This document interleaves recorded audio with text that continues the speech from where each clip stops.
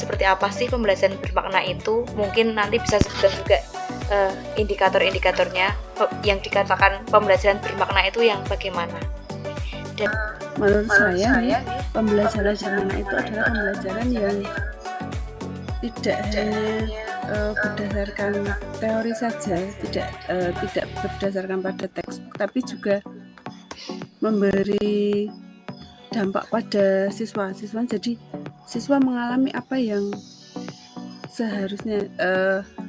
Contohnya ketika kita belajar suatu materi, anak-anak kemudian dihadapkan pada sesuatu atau di kehidupan nyata, itu anak-anak akan lebih memahami apa yang dilakukan. Misal kita belajar tentang perilaku baik dan buruk. Jadi siswa tidak hanya sekedar menghafal perilaku baik dan buruk itu seperti apa, tapi kita ajak siswa untuk mengalaminya sendiri, baik dialami oleh dirinya sendiri maupun dengan memperhatikan lingkungan yang ada. Nah, itu menurut saya. Jadi pembelajaran bermakna itu tidak hanya sekedar teori, tapi bisa diaplikasikan dalam kehidupan sehari-hari.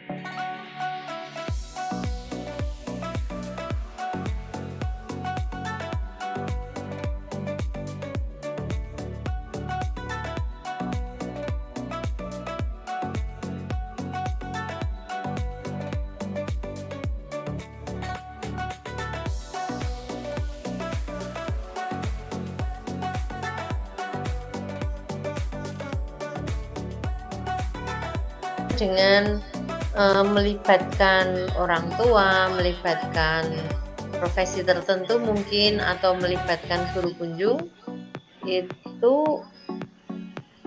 perlu dan penting untuk menimbulkan kebermaknaan dari pembelajaran itu sendiri.